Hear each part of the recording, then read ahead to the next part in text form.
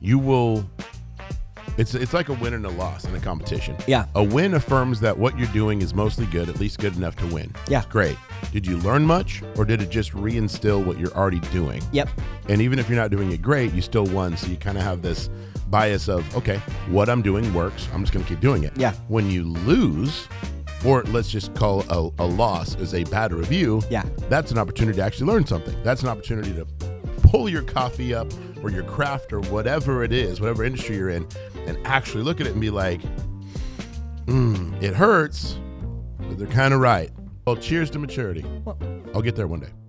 practically. Maybe fighting amongst each other and not killing each other. Yeah. But even then, who knows? Surprise me.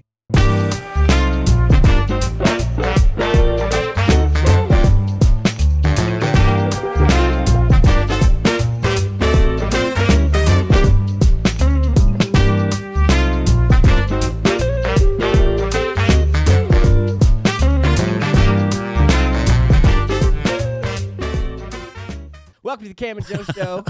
My name is Joe with my good friend Cameron. What's up, man? How are you, buddy? Happy Friday, man. Dude, absolutely, man. Caffeinated. Caffeinated, feeling good. I got the whole rundown on the, is it Breville on the Breville machine this morning, from the pulling of the shot to the tampering and the frothing of the milk. I should have recorded it because that was magic. I always prayed that God would give me a good buddy that owned a coffee shop, and here you are. You're welcome. It was a very specific prayer at a young age. You were like, "What?" I'm like, "No." You're in college. The good Lord knows what's best for me, and that's a buddy who owns a coffee shop. Boom, baby. I will say, owning a coffee shop was never in the cards. I know. It was never a thought. You knew me, man. It was did. acting. It was videography. It was hospital. I was this close. It was in a band. It was all of it. I was this close to actually going to nursing school. Like I was like literally this close, and I stopped. Was that through the years of working in the hospital? Yeah, 10 years, man. Yeah. Well, and they even said, "We'll pay you. We'll have a position for you. You're good to go." And then after seeing what the nurses had to do, I was like, man, mad respect. I have nothing but respect. If you're in the medical field in general. When I hear people crapping on the medical field, I can understand the stupidity of insurance, right? And I can understand the politics behind the stupidity on it, and the people running them.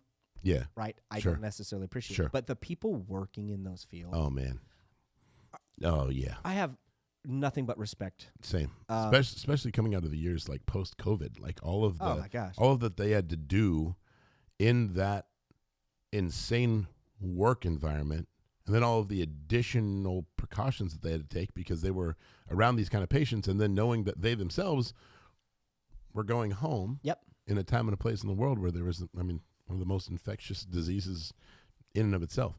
Thinking back, when did you, just to speak to it, and we'll jump into business and life and all love and 2024 and all the madness of the election that we just had and everything else. No, what was the moment where you're like, yeah, you know what? Let's do it. Let's get into this thing. Let's open this coffee shop. What was that like epiphany of let's go? It was Regina, right? It was. So, it was. Okay, when you say epiphany, so I am a huge believer in equipping people and helping them fulfill their dreams. Mm-hmm. Okay, so how I view the world is people are pursuing their dreams and people wishing they could pursue their dreams. Right? That's good. So if you're pursuing your dreams, you're happy. Even if you're miserable, right? Even if you're like, man, I got an 80-hour week. I'm doing this stuff. Sure. So what I noticed in the hospital is people that were nurses that hated being a nurse, that were making a lot of money, were like, I'll suffer for 40 years and get retirement. Mm-hmm. And the ones that were really good, that were like, I always wanted to help people, and I love this. This is my passion. This is my thing. Were the best. Yeah. And those were the best because they were fulfilling their dream. Correct. So I saw and making great money. And so to them, the money though was not the focus. Correct. So I'm like, well, if money is your focus and that's all you want, I can see some problems there. And that's, dude, you'll find that in any industry, man. If you melt whatever you do down to being able to help people, and you have like an honest. I just posted that this morning, man, on Facebook. There you go. You have an honest, if you work hard and if your work is God-fearing work, do everything. Yeah. as if you're presenting it to God. Oh, 100%, right? Yeah. Whether it's lending or making incredible coffee, right? Whatever it is, if it's God-fearing work, it's going to work out. Well, if you're doing what you love, you're going to put excellence behind it because you love it, right? And so it's kind of like relationships. Yeah. You don't love the person, you're not going to put the time in, the relationship fails. Yeah. It's important. And so if you don't put the time into your work because you don't love it. Yeah. Correct. I get people not wanting, like, I get people dropping out of school. I get people going, I hate X. And burnout. But I get that. I totally get that. So I was at the hospital and then I was working on a film with your brother. And so it was a 3-year project. Yeah. Bro, long days. So by the time we finished that, I was on a cloud 9. Was that Frontiers? No. That was The Humankind. Yeah, that's right. So, and that was School of Hard Knocks. I wanted to make films. So, but the guy who was going to color grade went, I can't color grade anymore. The guy who was going to write the soundtrack said, I'm out. The guy, so all of a sudden I became the editor, the color grader, the musician. Yeah. All of it on behind the scenes, which was amazing. It was literally school. It's oftentimes it's painful, but it's sometimes the best way to learn. Right. And I look at it going, there could be things that are better, but I was like, wow. And when you finish a project that takes 3 years, just like think about when you graduated college, that feeling of like, oh, let's go. Right. Yeah. That same feeling. And so I wasn't able to hang out with friends. I wasn't able to do stuff. I was filming. Yeah. Or gotta say a lot of no's. Right. And so when I finally finished it and got everything up and we got it on Amazon, it was like, this is amazing. I was on cloud 9. Yeah. And so I started hanging out with people and I started smelling coffee.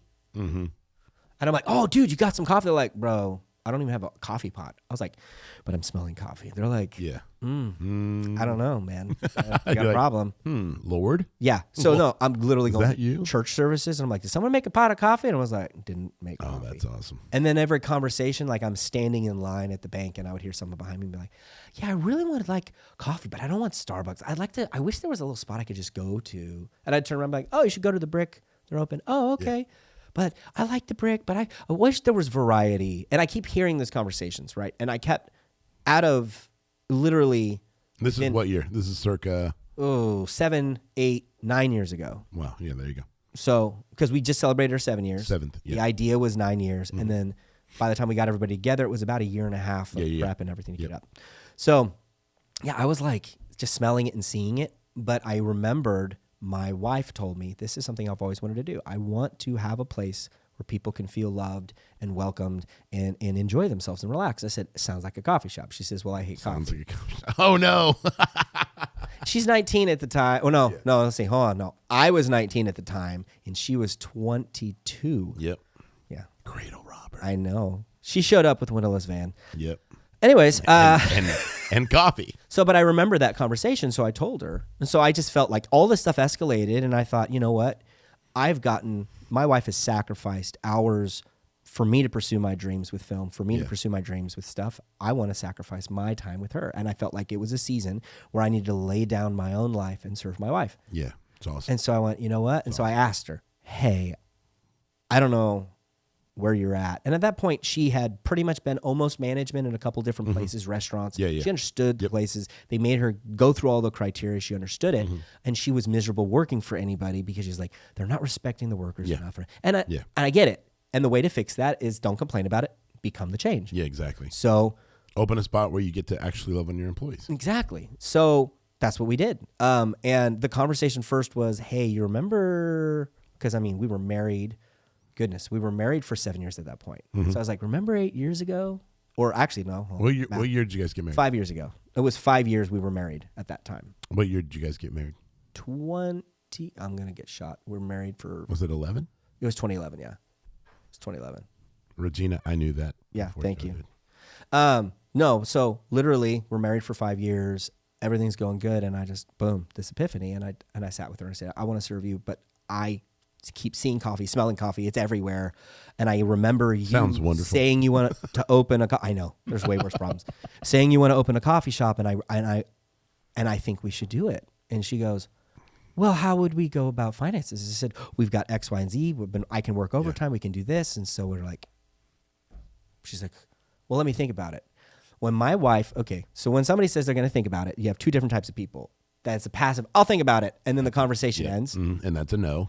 All right. Or you have them go, I'll think about it. And it's a deep thing. And right then. You're like, oh, it's happening. And so we're in the car. No reception. I remember this part of the story. So I'm driving and I'm like, yeah. She goes, I'll think about it. And I'm driving and my phone, no reception. I'm just like, that's awkward. I'm like, yeah, it's all quiet. And my heart sinks into my stomach going, like feeling like I'm dating again for the first time. Please don't reject me. I don't know. So do you like weather? How about the clouds? Look at that. Look at that wheel. Talk about round. Got it. So in the end, she's like, yeah, this is something I feel like we're supposed to do. So then, of course, after we did that, the person we went to is my mom. And we asked her. Now, anybody who doesn't know my mama will pray Shout out to Mrs. Tiff. Off the walls. Good way to put it. There's a lot of people I think they hear from God. I believe my mother hears from God. And so I said, hey, will you pray about this? And she said, sure. So she's like, all right, I'll pray about it. And that was like, and I'm like, okay, cool. We'll hear an answer. Who knows how long? God does his thing. Well, the next day she wakes up. I had the greatest dream. God totally spoke to me. Boom. And starts saying, it's supposed to, you're not just going to do it. It's going to put you in the place and make you become the man you're supposed to be. Man and woman you're supposed to be. Wow. I mean, bro. Wow. Okay. How do you say no to that? Yeah, like, hey, it's going to suck, but you're going to be who you're supposed to be. The fruit is going to be incredible. So we dived. And then at that point, I was like, well, I don't know anybody. Oh, let me make a phone call someone. Oh, do you know so-and-so? Connection. All of a sudden, my web that I didn't know I was totally surrounded by coffee and I had no clue. So within 2 weeks, we started building everything up and getting everything going. It was nuts. It was absolutely nuts. So, and there we are now, just celebrating beans, not nuts. 7 years. The hardest part, though, for me was learning business, right? There's that amount. I'm very loyal. I'll stick with you through thick and thin. Yeah. Which is a good thing, but also can be a bad thing if you're an employer because like, I'm sure they'll just eventually start coming to work on time. There's that, but it's also like for product, if you're not 100% satisfied with your product or you feel like it's going a different way, you start you're loyal to a product and you don't know why. I see people do that with tech all the time. Yeah. It's like, oh, I love this. And it's like, well, this makes your life easier, but it's fine. You're loyal. I'm not going to have that argument. But we all have that to a degree, right? Correct. And so I had to learn how to kind of balance that, which got me into roasting my own coffee, which got me into making some of my own syrups. Yeah. And I did science a lot. I thrived in science in high school. So to me, it was just like, let's go. And then like I was in Steelhouse the other day. I don't know I think it was Tuesday. Yeah, Tuesday. And for the first time in a while, not so much the first time in a while, but I caught myself like just kind of looking around and there was, butts and seats packed everywhere. And there was a line and there was people spilling in and out the front door and sitting out in the patio. And I was just like, oh my gosh. Like I feel like, and I even told Mikkel who I was sitting with, I was like, I feel like I am sitting in a dream. Yeah. And you are. Like we were, because it is. We are, and that's 100%. what it is. That's exactly what it is. That's so cool. What would you say has been one of the main catalysts for y'all's growth over the last year to two, coming out of COVID? Sure. Return to a little bit of normalcy, and then kind of to where you guys are at today. I will say honestly. And this is a trap that most businesses won't realize. We started asking people their opinion. It's good. Like you get in it and you're like, well, I'm the only one that knows this. Yeah. Yeah. But and I'm great and shame on them for not coming here. Bro, so for example, when we first opened, see it a lot. When we first opened, we were putting 2 double shots in our large drinks. And we did it, dude, for 6 years we did it. And that was just the way we made it. And so what it did is it slowed down us getting drinks out the door, but it also made a really potent cup of coffee. And I started realizing, like, I didn't think about it and was like, this is what we do. And so my friend Dina, she's amazing. I want to have her on the show. She actually created the Starbucks coffee education program. What? Yeah, she created it. So she's a good friend. Awesome. So I've been showing like coffee with her. Yeah. So she's like, hey, I'm going over to my friends. I'll bring them a cup of coffee. So she goes and she brings a cup of coffee and she goes, I was like, oh, what's your friend think of the cup of coffee? She goes, oh, she says that your coffee's too strong. I went, too strong? She's like, yeah, it's too strong. And I thought about it. And from one moment, I haven't thought about it because it was just, this is how we do it. And I went, in the motion. Why am I putting more in there if people don't want more, and if they want more, they'll ask for it. Sure. Why am I only catering to this demo? Yeah. And so I instantly only because I've done it. That is why I do it. And the lady was like, "Tell him I'm sorry. I don't mean to bug." No, and I'm like, sure. Oh, dude, thank you. I love that. So when we started thrive doing with that kind of criticism, all of a sudden people were like, "Oh, this is better," because we started dialing back on some of that, but we didn't change the sweetness. A little easier to drink.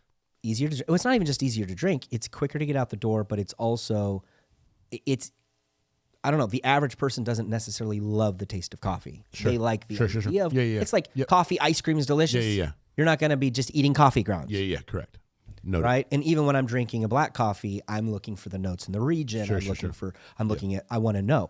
So you're never truly just, yeah. So if you have something that bleeds through one side or another, it's like, dude, I love a rum cake. But if all it tastes like is rum and there's no cake, I'm like, all right, someone's got a problem. I should stop.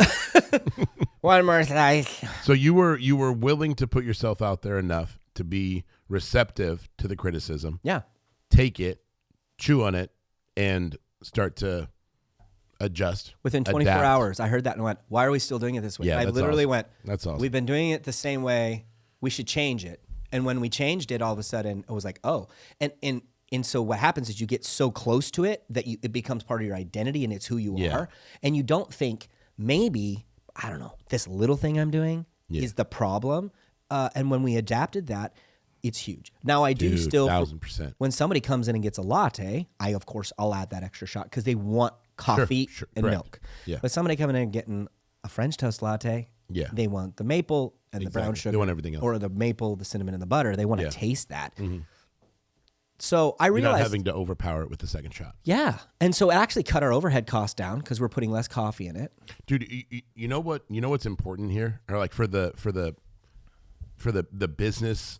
Yeah. The business owner that's watching, or the individual that is thinking about starting their own business, it's you being receptive. Yeah. And open to criticism enough to actually deep dive, look at your product under a microscope and be like, they're right.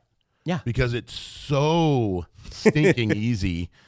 Like you said, if it's something that is part of your identity, dude, the second they knock your coffee, they're knocking you. Yeah, no. 100%. Because that coffee is your identity. And, and if it wasn't good, then I'm not good. And who are they to say I'm not good? What do they know? Yep. Bro, because that's what you see in the world. The second that there's any kind of discrepancy, or if it wasn't wonderful or the best coffee you've ever had, you're instantly the devil, right? So the growth potential for a business to be receptive, be open to criticism, and then be able to adapt it, is huge. And that raises your ceiling so much higher. Absolutely. Than somebody's like, that's how we do it. Yep. That is the way that X, Y, and Z coffee shop does it.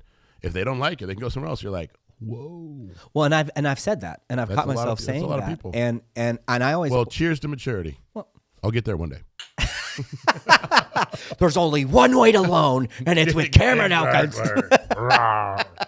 Cheers to maturity and the pursuit. So I just think that, so we did that, but instantly after we did that, and it was a perfect storm. I'm not going to take all credit on that because as soon as that happened, that was the same week that Bridge Coffee went out, and I went, let's just try this out. So we started getting a bunch of new people, and I was like, well, how do we retaining them, right? Sure. So naturally, what ended up happening, I kicked in charm mode. Look, I enjoy it. Flirt to convert. I enjoy it. It may seem weird, but I love go ahead and sit down, relax. Let me take care of you. I love doing it. I love taking care of somebody. The catering, man, that side of business is everything. Well, everything. And you could take that into any business. Yeah. Truly. And what I started seeing is instantly when we swapped it, we started getting more Google reviews right off the get. And then that led into more butts in the seat. And then with Bridge, sad to say, I shout wish out him to the Tim. best. Awesome Shout out stuff. to Bridge. Amazing coffee. Love y'all. But then all of a sudden there was an influx. And I was like, oh, and we started seeing a slow trickle. And then that trickle was opened. Yeah. Where now I'm having to have 3 employees in the morning every day, which is awesome. I love that. And so to me, it's just, okay, it's occupying the space. Let's roll. Which is amazing. So, I never thought, it's just kind of like, I'm trying to think the best way to put this without sounding like redundant, but like an idiot. It's a podcast. You think you know best. You think you know best. Sure. Right? Sure. You think because you know. It's yours. This is my perspective. My perspective is the best perspective. Nobody else will have a perspective like mine. And even when it comes to coffee, there is a pride you have naturally. If I know this, you're coming to me because I know it. Yeah. But then the simplicity of a review, there is truth in it. And the negative ones are more important than the good ones because and if you can take it and go, 1000%. Oh, maybe I was harsh at that time. Maybe I could have put better product. Maybe my customer service wasn't good. And you think back of what happened. And even if it's, I had a bad day, okay, well then how do you make sure that bad day doesn't affect your clients or structure yourself to not have a bad day? Yeah.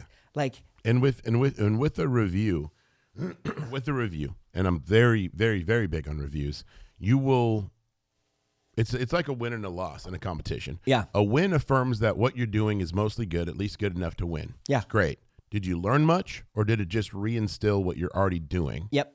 And even if you're not doing it great, you still won. So you kind of have this bias of, okay, what I'm doing works. I'm just going to keep doing it. Yeah. When you lose, or let's just call a loss as a bad review, that's an opportunity to actually learn something. That's an opportunity to pull your coffee up or your craft or whatever it is, whatever industry you're in, and actually look at it and be like, it hurts, but they're kind of right. So let's get better. Absolutely. It's a loss. You have I can't remember the coach, but it's like there's no losses. There's only wins and learning opportunities. Absolutely. And that is life. That is business. Yeah, it was absolutely. And I think this goes into a perfect segue into all of what's going on in the world since we just had an election that happened and we have people on both sides that are extremely angry. No matter what you do. Yeah. What I would say, and the reason I'm going to kind of go into that is what you were just talking about, wins and losses and looking at yourself and analyzing it and seeing what's going on. I like that segue. And I think that as a country, I think there's a truth we have to accept. United States is, in my opinion, the best country to live in, the best country to run a business. It's the only country I have comparison to. But the Constitution gives me that like, hey, we got a Constitution. Nowhere else in the world will you find one. Nowhere else in the world will you find freedom of speech is your right. You have the right to pursuit of happiness. Go for it. Yeah. You won't find that anywhere else. What makes us chemically us is very unique. Okay. So when you have people that have freedom that are losing in industries consistently over and over again, to me, it's a wake-up call like you were talking about. And so I've always liked having the multi-party system because when somebody goes, oh, well, this person needs to have this right for this, I'm like, I never thought about that. That's a good perspective. I'm willing to listen to it. But what happens is on either group, you start getting to a point where I'm right. Toxic, yeah. But I will say, I don't think anybody that lives in this country will think the country's perfect and that it's going the right way. No.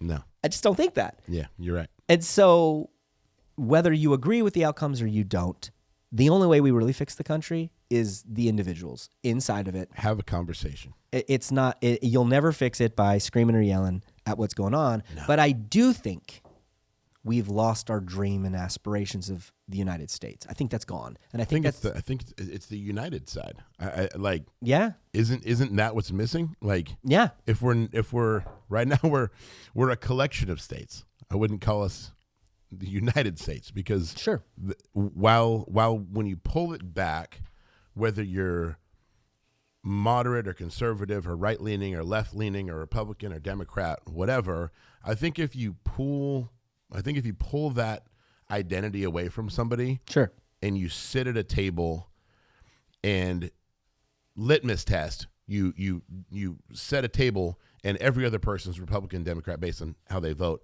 but you pull those identities away and no one's wearing red or blue, no indicators, but everybody just gets to openly talk about, hey, what's important to you? Oh, my kids being healthy, being able to provide for my family. I want to be able to have opportunities at work to grow, and I want to have safe streets and neighborhoods. I think everyone can agree on some of those simple foundational things. Absolutely. And that's what's amazing. Like, that is what unites us. Absolutely. Period. Yep. It says it's the second that it's, oh, you're no longer Joe. You're Joe the conservative. Oh, you're Joe the Democrat. Or, oh, rah. And then we're labeling, and then you check your label, and then somebody else's is different. You're like, rah. Like, ugh. No, it's gross. That's so gross. I also hate, and I rarely use that word. I know. But I very much dislike that the flag of the United States is now a political statement. I know. Like, I am not a fan of the fact that when you see a home with a flag in the front, you can usually connect the point to conservative. That they're conservative. Yeah. That's a problem. No, I agree. That's truly a problem. Sure. Because on the other side of the line, it's like, if we're all seeking to be better individually and collectively, why is the flag not a symbol for all of us? Absolutely. Right? So there's growth potential on both sides. Well, there's so much of me that's just like, y'all, can we put that behind us and as quick as we can? Please. No Republican elect or Democratic elect was going to come into your life and do the dishes in your sink. No. Or they're not going to help your kid with their math homework. Exactly. No one's rescuing you. No. Period. And you can think that they are. The conservatives that think that Trump can freaking walk on water are just as wrong as some of those that believe the opposite party can do the same. 100%. Like, no one is rescuing you. If we get to melt it all down to look out for your best interests, love your neighbor, and take care of your family. Sure. Like, whatever that party is, that's me. Like, we're starting a new party right now. Like, I don't know. Maybe that's just the Jesus party. Well, I know. I think ultimately, I think it ties into what I was talking about earlier about dreamers. People that I really think that, because satisfaction in life, you're the one that dictates those terms. 1000%. Okay. If I force my wife to be the reason I'm satisfied, I'll push her away. Bro. If I force politics to be the reason I'm satisfied with life, right? It just, no matter what you do. And so what I see happening is, because if you look at every market, there's a deflux. America used to be number one in education. We're not anymore. No, we're not. We used to be number one in steel. We're not number one in many things. We're not number one in practically, maybe fighting amongst each other and not killing each other. Yeah. But even then, who knows? Surprise me. But we can be. We have the capacity. Oh, absolutely. And I think that is I think that's what everybody feels. Yeah. It's kind of like when somebody, there's levels of improving yourself. When I look at myself and I'm like, man, I could diet, I could exercise, I could do better. Sure. And you put in the work for like a week and you're like, whoa, I'm feeling so good. And then you let it die. And you're like, oh, no. Well, that was not really a change. You did it for a week, and then 3 months later, you'll feel bad and you'll go through the cycle again. I think we've had the same thing with politicians. There hasn't been we can improve ourselves. Like, we're on the right path, and then now we're not. But then the right path is based off the individual. Correct. Off of their idea of satisfaction. So I love that. The person, I love that. Us as the individual have to pursue our dreams. Yeah. Because that is the basis of the United States, the land of opportunity. Yep. You have the ability, you want to do it. Guess what? Right now, Cameron, if you decided to pivot and go, I am going to be, I'm going to run a welding academy. You could right now. You right now could go get the education. I could not agree more. Get the skills and go do it. Yeah. And I think the problem is we want to blame other people for our own inadequacies, and we're expecting other people to fix our problems, which is, to me, say it again, boy, the dependency on the state. Which is a sad, scary I don't to be. Want the state to educate my kids. I don't want the state to be the moral compass for me, and I don't want the state to dictate the terms for work. Amen. It's not okay. I'm with you. You need to dictate those things. You dictate your value. And if you think the only job you can have is a burger job, I don't feel like I should pay you more because of your lack of gumption to continue to pursue. Everybody has the same ability. Yep. The problem is now, well, what if this person was born in a broken family? What if this person has a different ethnicity? What if this person's culture is different? Those are things they have to overcome. Correct. Not us, not me. Yeah. Right? And I think that becomes hate speech all of a sudden when you go, I'm holding you accountable. Yeah. Holding you accountable, yes, that is your background, and you may have to work a little bit harder, but go get them. Yeah. You have the same 24 hours in a day. Like, go get them. And if you need examples of people who did it despite the adversity, Google will show you thousands. Yeah. And then you have to just kind of pull yourself up by the bootstraps and be like, I'm taking ownership. It's no one's gonna rescue me. I've got to take ownership. Well, and it's the same thing. I was talking with a kid yesterday, and we've talked about this often. You want to work at 100%. This is what you want to be at, and you're at 0. Don't shoot for 100%. Shoot for 1%. Shoot for 2%. Mm-hmm. You want a successful business. Don't shoot for the 100% growth. Mm-hmm. That's your goal in however long. Yeah. You focus on 1% growth week after week. Yeah. By the end of the year, you've got a 50% growth. I love that. Stop thinking everything has to be changed all of a sudden, super quick. We think that is not maturity. That is not how it works. Yeah, I agree. Dissatisfaction doesn't just disappear. Mm-hmm. You have to train yourself to be satisfied with what you've got. And ultimately, when I say that, it sounds like settling. It's not. No. Right? There's a huge difference between being okay with where you're wanting to be and still pursuing more versus somebody who's just saying, this is where I'm at and this is what you get. Yeah. Right? Yeah. And that's the difference, right? So think about it. So like you, for example, you went to school. You were going to PE or education for health, mm-hmm. your kinesthetics mm-hmm. Degree. You went for all that stuff, and then you're like, I hate this, or this isn't my passion. I want to help people. Yeah. And you pivoted, and you went, you know what? Now I'm going to do lending. Yeah. Okay. Some people will be like, oh, that's a waste of time. Oh, no. No. But what it was you pursuing your dream above mm-hmm. all else and deciding, I want to make another path. Yep. And then allowing one stepping stone to just absolutely lead you to another. Because had it never been for my time studying kinesiology ex-phys at Sac State, that would have never launched me into the 6 years in the fitness industry. Yeah. And as a personal trainer, I got to realize up front, hey, you know what? More passionate than I am just about helping somebody in the pursuit of health. Yes. I'm just passionate about helping them. Period. Yeah, I want to serve them, and I want to serve them, and there's 1,000 ways to do that. So if you are at any capacity and in any industry, if you feel like you're at a spot, like I want to talk to somebody, like speak to somebody's soul for a second. Sure. Like, yeah. If you're in an industry where you feel like either A, it's no longer fulfilling to you, you have the capacity to change. Period. I feel like if you work yourself so deep into a career, people are like, but I've been doing this for so long. And you hate it?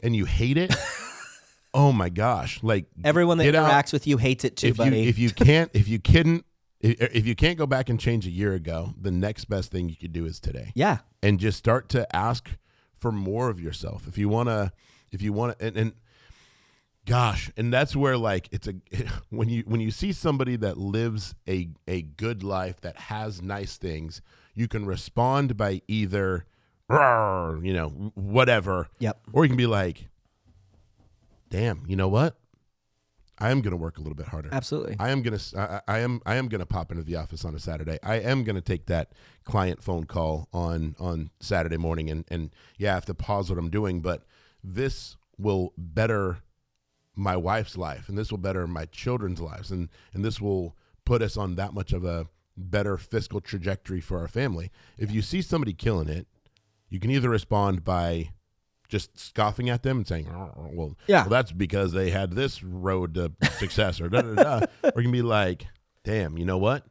I'm now inspired to work a little bit harder because I see somebody else have the capacity to do so. Absolutely. And they don't have any more time in a day than you do. Yeah. Period. No. So how do you translate that?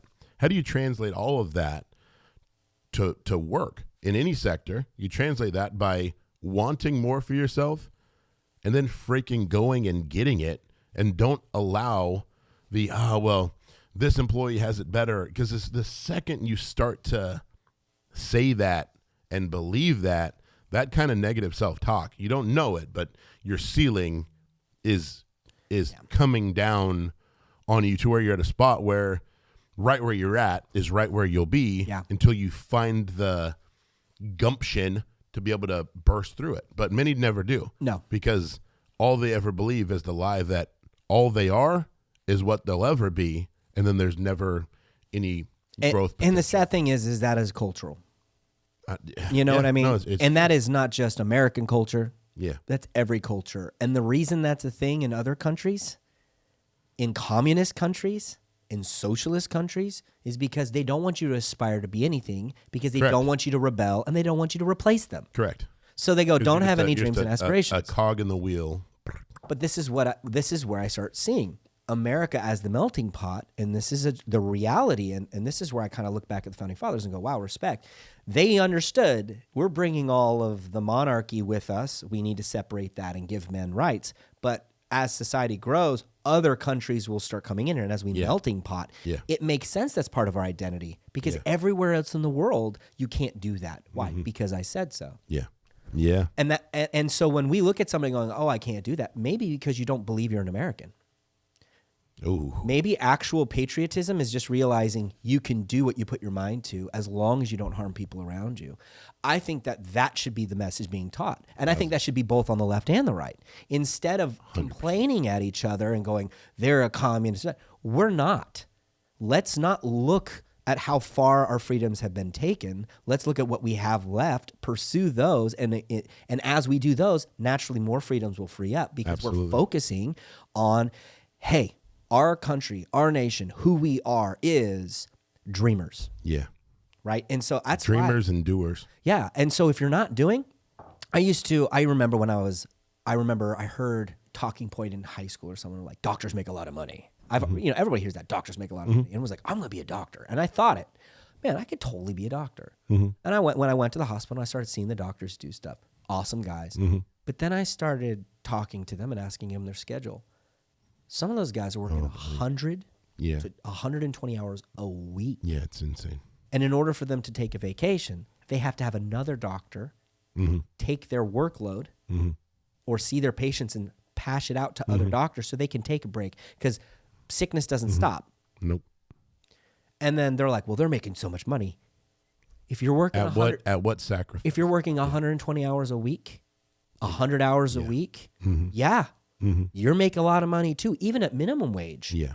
What's the quality of life? And so turnaround? And so that's the thing. People don't want to put the work in, and I don't think it's laziness. I think it's because the effort they put in towards complaining. You know what I mean? It's not lazy. The wasted calories of... Dude, I'm just going to Google search. Oh, you know how much money they have? Oh my gosh, did you see this? It's like, bro, you put so much effort into that. If you were to put that towards... Go clock back in, man. Go. And now you're not going to get taxed on that double time or that OT. Man. But I think it's that dissatisfaction. And I think what's happened is we're confused on and this is where I think faith makes a huge role, because we're confused on why we do what we do.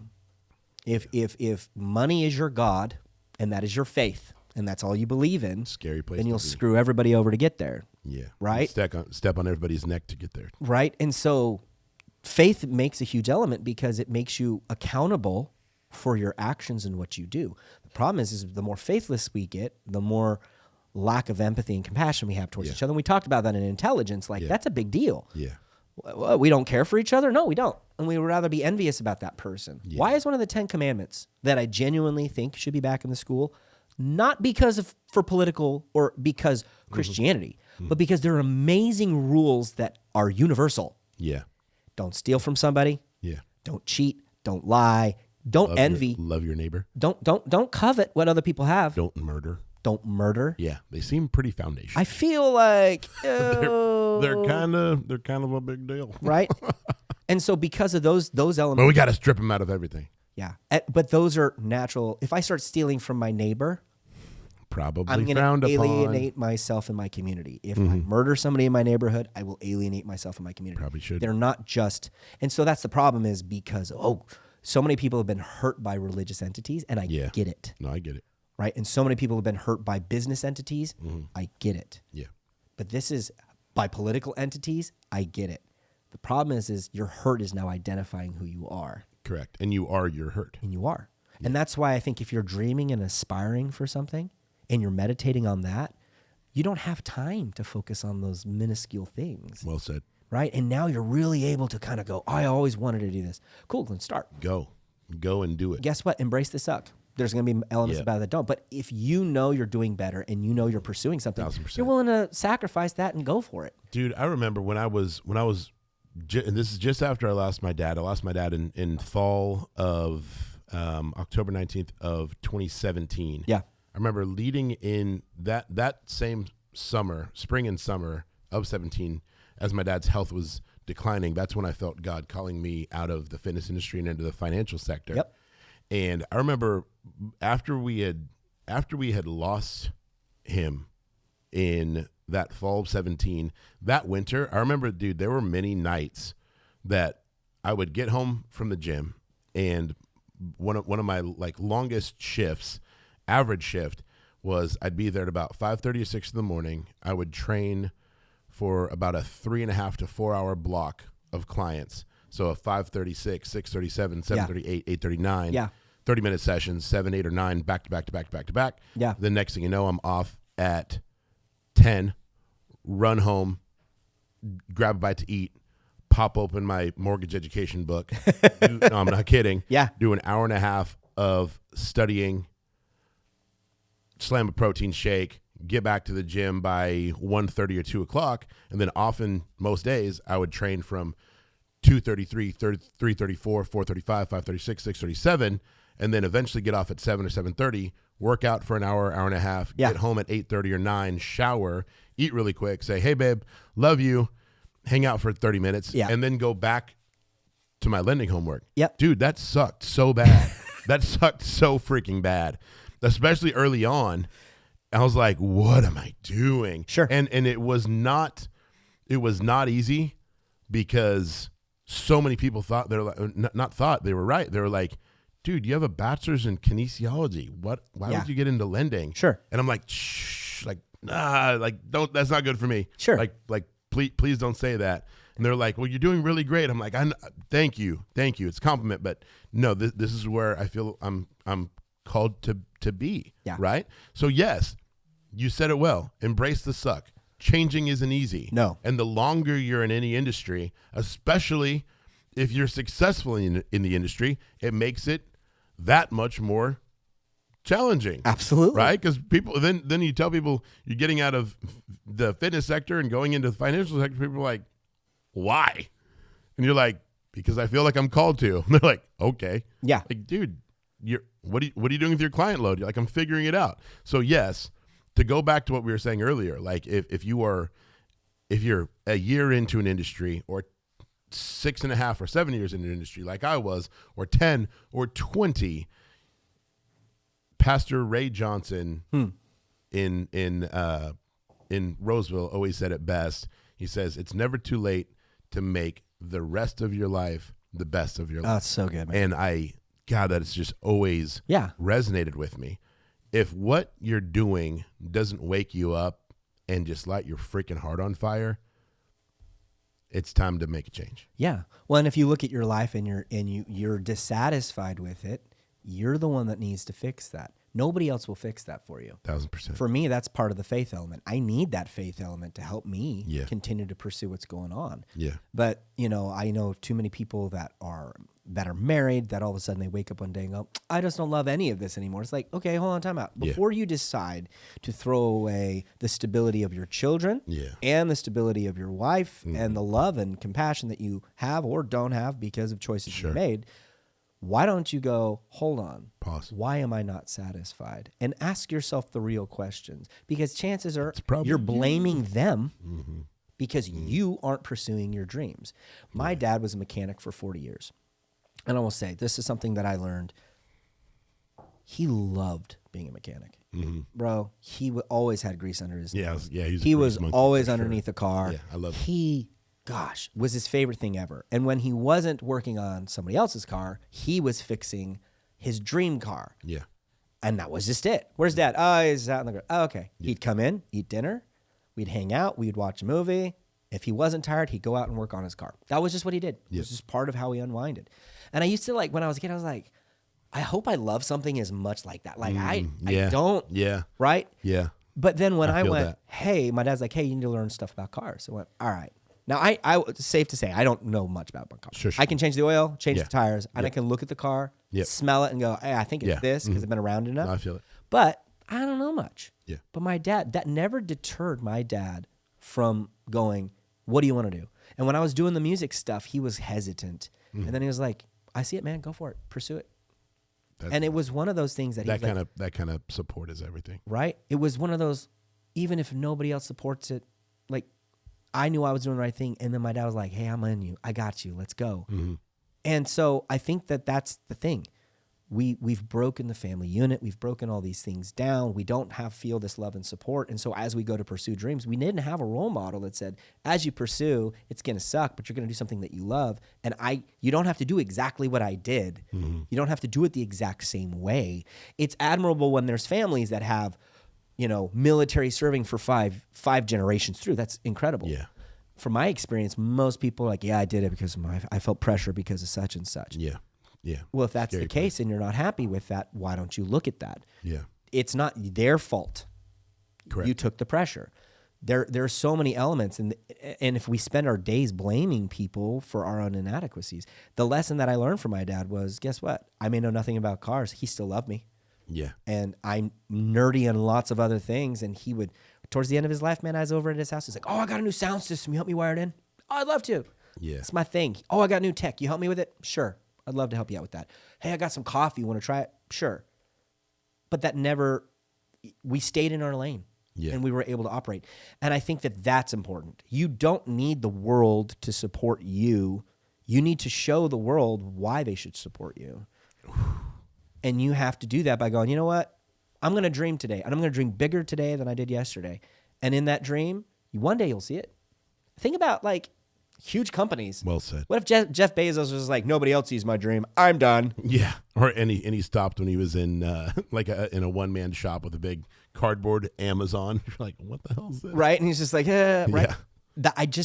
That's the problem is we only see the success stories and we have the envy. Things are only impossible until somebody has the gumption and the drive to actually do it. So somebody else say, whoa. Yeah. Well, and there's a reason. 1%. So on the basis of statistics, and this pisses people off, 1% makes the change, 9% partner with the 1%, and then 90% benefit.